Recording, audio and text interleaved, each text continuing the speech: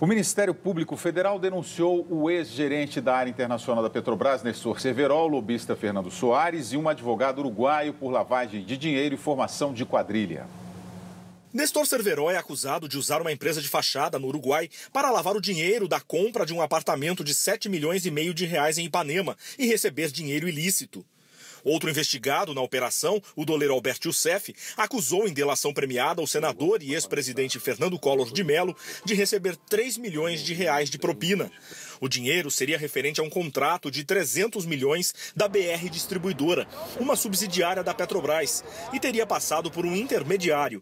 O ex-presidente nega a acusação. Na semana passada, o Ministério Público Federal já tinha entrado na Justiça com 5 ações de improbidade contra empreiteiras envolvidas na Operação Lava Jato. As ações cobram das empresas quase 4,5 bilhões de reais. A maior parte do valor envolve indenizações por danos morais. Em matéria de improbidade administrativa, tem que haver, em primeiro lugar, prova da existência do dano, ainda que se fale em dano moral.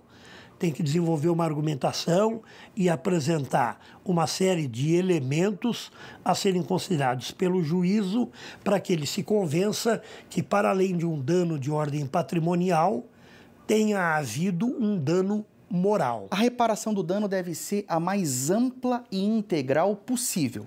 Por isso, ela não pode, sempre que envolver outros fatores, se restringir exclusivamente aos danos patrimoniais. Sempre que houver danos morais, a reparação deve tentar, tanto quanto possível, de fato indenizar ou recompor aquele prejuízo causado. Essa ação específica, ela atinge dano moral, né? E não só dano material, é isso? Agora, por quê? O Ministério Público propôs uma reparação de danos frente a várias empreiteiras, 4 bilhões e 700 milhões. Tem ali prejuízos materiais dos danos efetivos que eles causaram no ato de corrupção. E agora a novidade que o Ministério Público apresenta é cobrar também danos morais, ou seja, é reparar essa ofensa que se faz no ato de corrupção a toda a coletividade.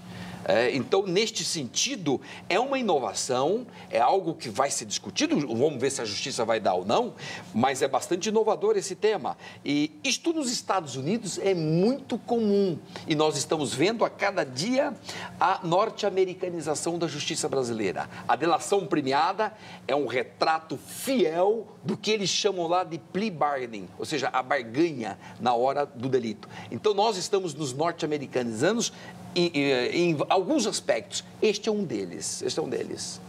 E acho que essa questão é muito interessante, o dano moral, porque, pelo que eu entendi, é um crime contra a República, entendido como uma coisa pública contra o bem comum.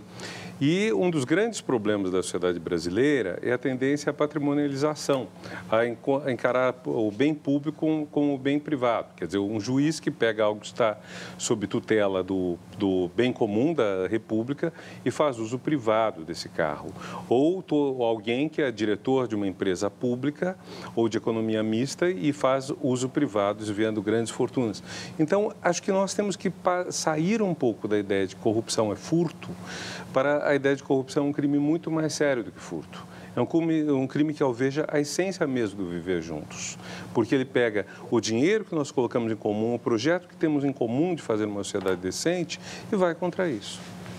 Aí é aquele momento que nós vimos sempre repetido de políticos envolvidos no processo. O processo da Petrobras, a cada dia, o William vai nos assustando cada vez mais. É impressionante como que ele acabou se alastrando. Agora, o Collor de Mello, acusado de ter recebido 3 milhões.